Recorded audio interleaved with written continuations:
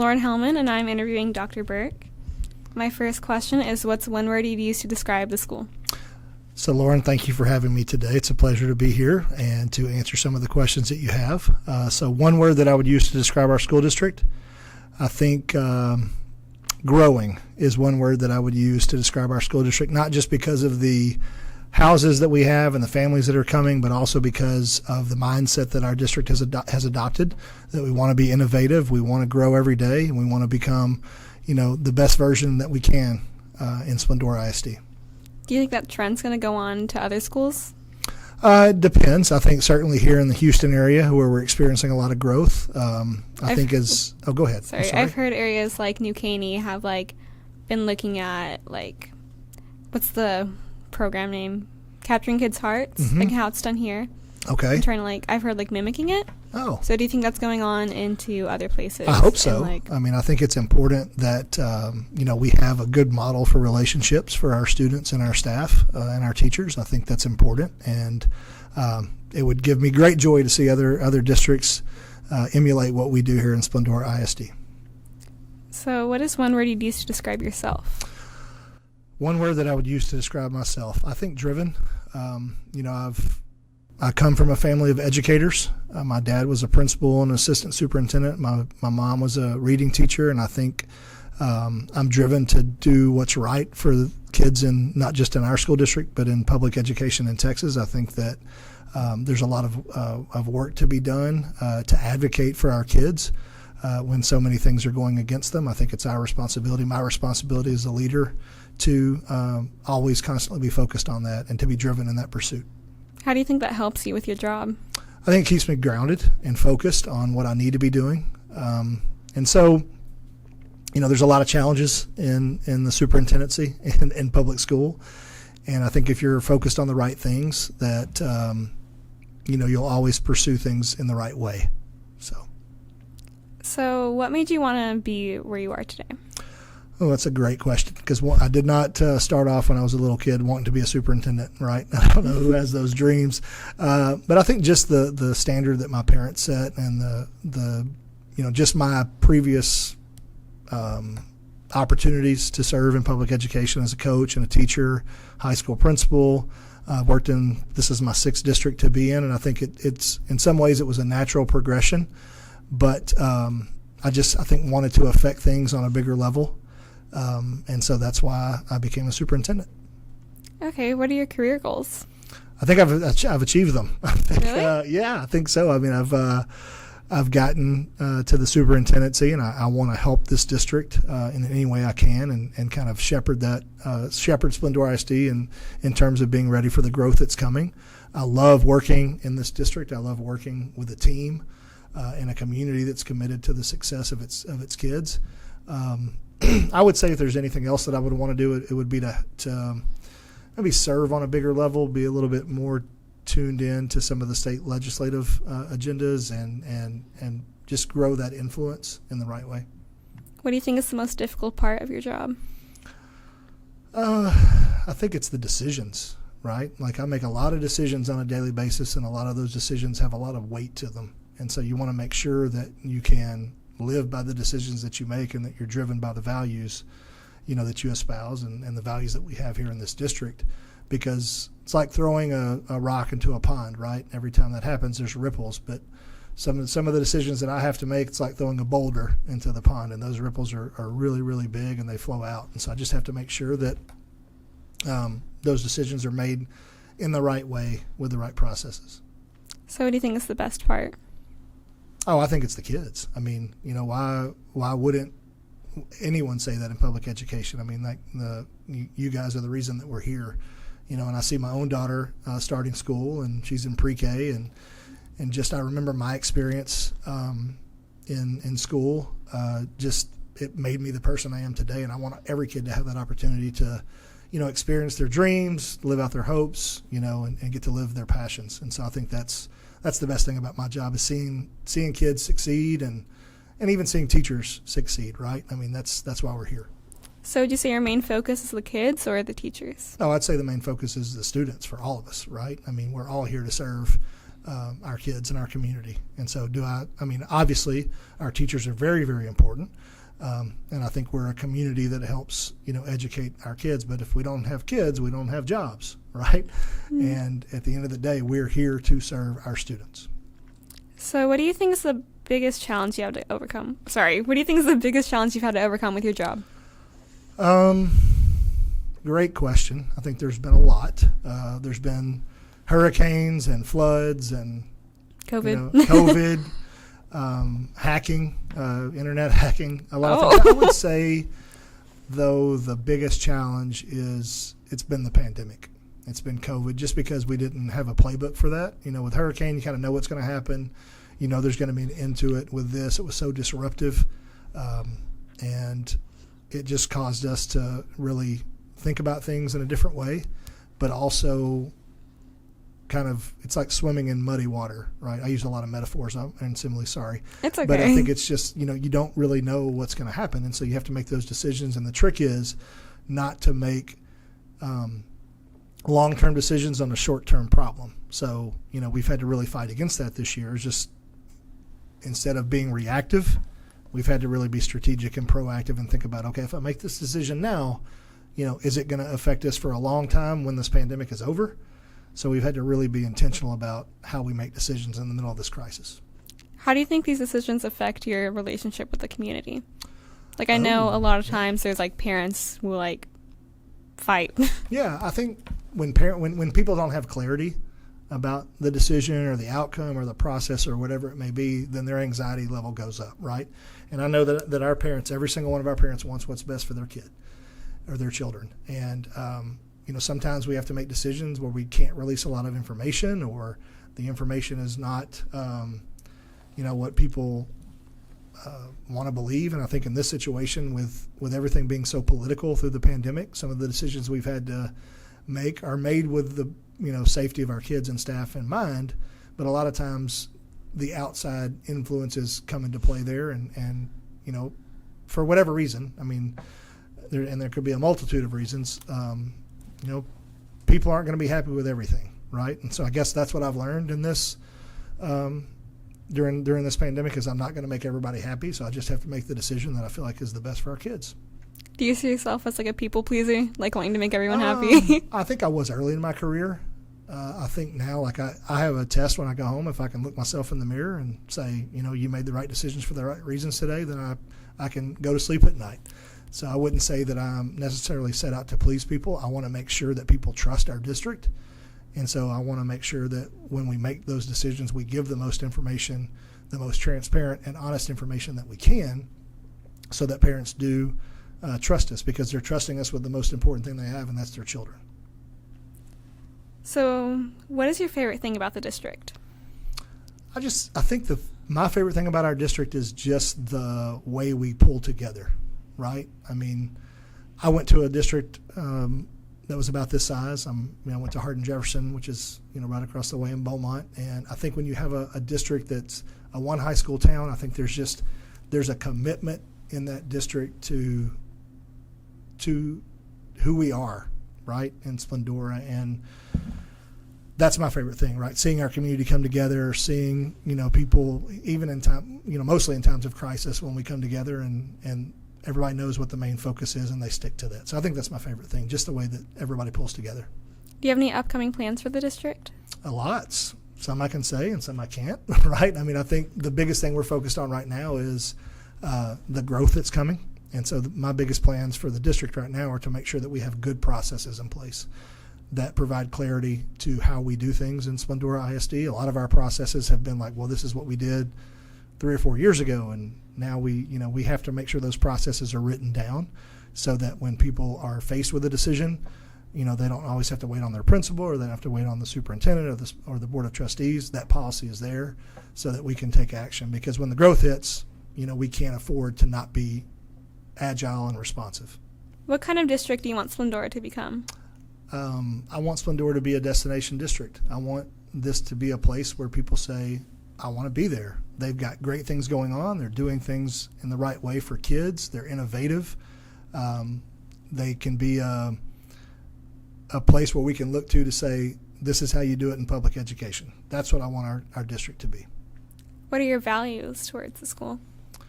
And live with integrity, be accountable, treat each other with respect, and always do things in the best interest of others, right? I think if we approach our jobs with a service mindset, knowing that we're only here for a short amount of time, and that we need to do the best we can to ensure that those people that we're interacting with, those children and students that we're interacting with, that they leave better for the work that we've done here. Like I really look at our work in public education as legacy work.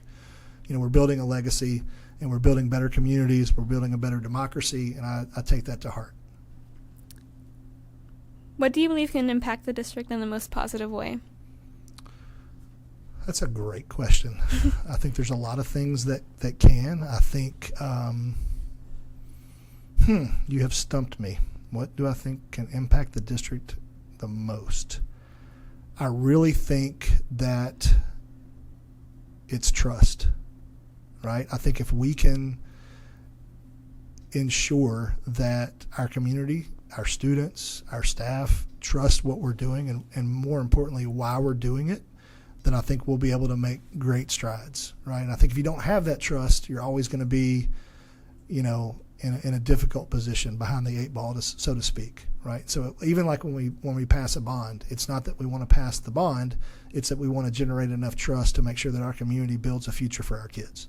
Do you think that's why the COVID mask decision might have been so difficult, because the community was so split, there wasn't as much trust? Yeah, I think so. I mean, I think if you don't do what a certain group wants you to do, then they're going to be upset, and there's another group for the different thing. Group, because if we'd have made a decision to go the other way, there would have been another group that, said, well, why'd you make that decision, right? And so you can't be, like a branch in the wind or whatever. You can't move when you make decisions. You can't move from side to side, and just you have to be grounded. Set. Yeah, you got to be grounded, and you have to make those decisions for the right reasons. And so when we make those decisions that are big like that, we take our time, we think about the ramifications, but at the end of the day, we made that decision so that our kids could continue to be in school, right?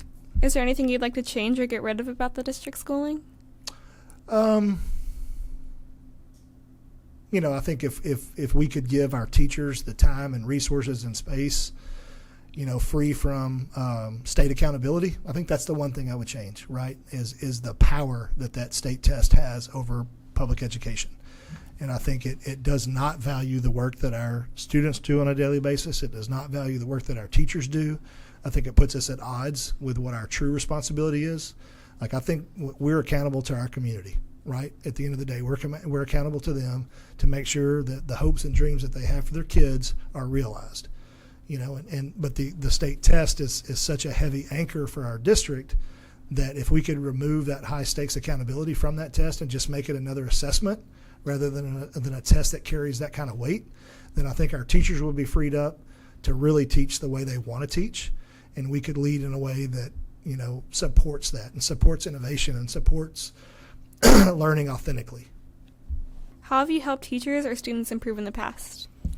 I think I try to do that in various ways, right? I mean, I think when I first got here, I talked about the two things that I think we can control in education: relationships that we build and the quality of work that we design. I think if you pare it down to those two things, and those are big things, right, then teachers have more clarity about, what their role is, right? And I want our staff to feel that they're contributing to something greater than themselves. I want them to feel valued, because I think if they feel valued, if they feel free to be innovative, if they have input, that they're more likely to make sure that our students do as well, right? And I think the moving forward, and now that I think about that, besides the trust you mentioned earlier, the one thing that would make our district better is to capture student voice and act on it more authentically and more often. How have you built public support? Going to lots of meetings, having lots of conversations over coffee, attending events, talking to parents. I'll be I serve on the Greater East Montgomery County Chamber Board. I'll be the president of that board. I think that's the right terminology. I got in trouble with the showcase for saying something else.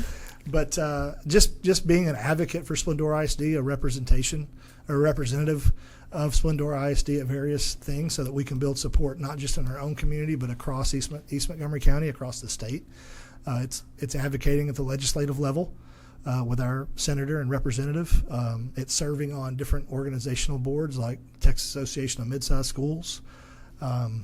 Just always trying to find a way to highlight the work that our kids are doing. So what's the innovation agenda? To be more innovative, to really look at ways that we can strategically abandon things that don't help us get to our outcome, right? Is the outcome becoming, what was the word, destination? I think, well, that's who we want to be, right? The outcome is what you guys do when you leave, right? We want to make sure that you're equipped to do any manner of things, right? We don't want to send you guys out into the real world ill-equipped to be better citizens, to be,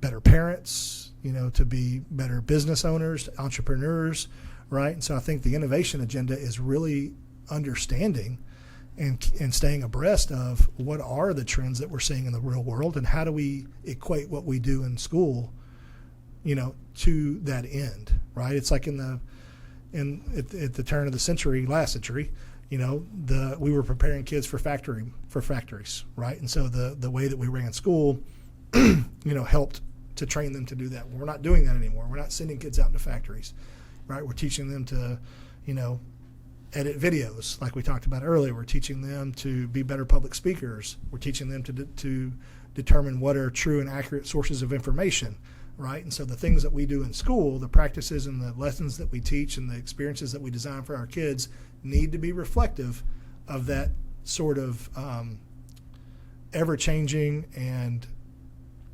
variable-laden world, right? Because there's going to be things are changing so quickly that we've got to teach you guys more skills than we have to teach you content, right? So that you're able to, discern, adapt, respond to things in the real world. How have you developed leadership? It's hugely important, right? I mean, I think it's important that we work on building capacity. So we've designed some formal avenues for that. We have an Exceptional Leaders Academy 1 and an Exceptional Leaders Academy 2. We all have succession plans. If one of us were to leave in leadership, we try to identify those leaders and empower them who are regular classroom teachers or in other departments. We have campus design teams that we've created for each campus so that we have teacher representatives that build support, that build that capacity and leadership as well. And I think I don't want to misquote the percentage, but I would say in the past 3 to 4 years, we probably have promoted, 65 to 70% of the leadership opportunities in our district have come from within. And that's been an intentional focus of ours, is building that at the teacher level, but also building that through our student advisory groups and our kids, right? Like I have a superintendent student advisory council that I run. My assistant superintendents meet with different groups on different campuses at different grade levels, even down to elementary. I think it's important that we're teaching those skills in everybody that's a part of our organization. What do you think is currently going well in the district? I think our focus on relationship, our culture is good. And we took some hits, I'm sure, over this past 15 months because of the pandemic and I think everybody's tired. But I think we have a staff and a community that is hardworking, that is in this for the right reasons. And I think looking at the amount of teachers that we've had leave this year already, it's the fewest that we've had since I've been here. And that's a really great testament to our culture. I think that either that or they can't find another job somewhere. But I think it's really because, they feel like their input matters here, that they're a part of something, like I said earlier, that's bigger than themselves. So I think that's going well. I think we were able to adjust very quickly in the middle of the pandemic. I think we're well positioned financially. I just think there's a lot of things that are going well, and I think we're like I was talking to my cabinet this morning, and we've had a really good year in terms of our students, specifically at the high school, just having success. My goal I think would be to make sure that every single kid in our district is engaged in something, because when we know that when that engagement level is there, then they're more likely to come to school, they're more likely to commit to school. And, I know every single one of our kids has an interest and a passion, and it's our job, and a talent, and it's our job to foster that. Do you think the district focuses on like academics and grades more, or relationships? I think relationships. I mean, in some of the conversations that we've had with our kids, and I think some kids would say that. I think some kids would say academics. I think some kids would say athletics, right? When you have 4,200 kids, they're all going to say generally something different. But I hope our kids would say that they feel valued here, that they feel wanted, and that they have at least one adult that they can talk to in this district that supports them. Do you believe it's better to strengthen the students academically or athletically, or do you see them as equals? I think it's important to provide those opportunities for all kids, right? I don't think there's you can teach a lot of things through athletics and fine arts and CTE and, video tech. There's things that some kids come to school just for that, right? Do you see this all as equals, or do you see it one as I don't see them as... like one better preparing? I think they're equally important.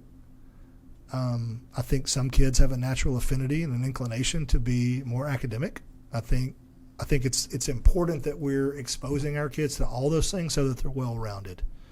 I would hate to think that our kids didn't have opportunities to try things when they were here. So I wouldn't put... at the end of the day, our job is to help kids learn, but it's also to help them grow and become better adults. And I think you can do that and do that in a lot of different ways. So the final question is, what is the best advice you can give to the district?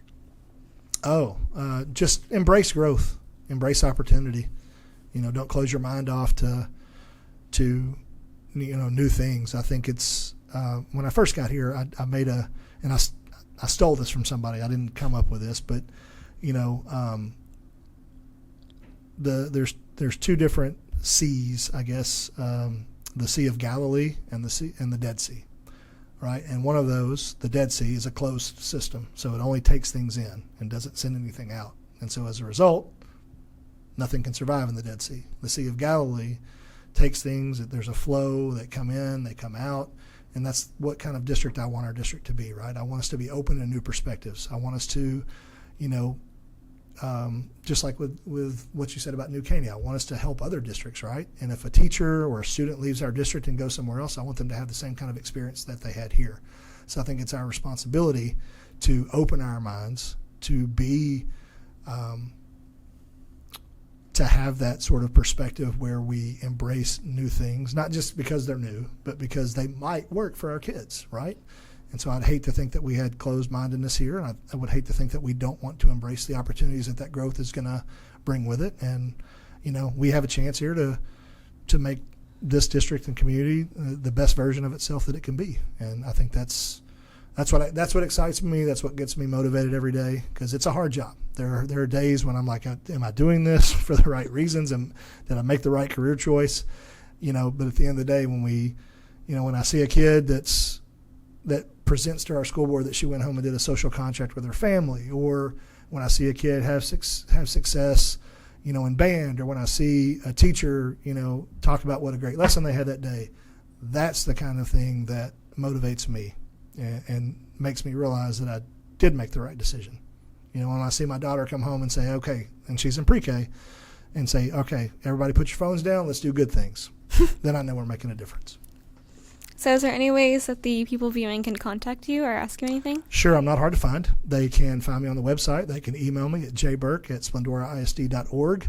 And I'm easily accessible on the website, so anyone that wants to have a conversation or needs anything, I'm, like I said, easy to find. So that's all I have. Thank you for You're welcome. letting Thank me you. interview you. Absolutely.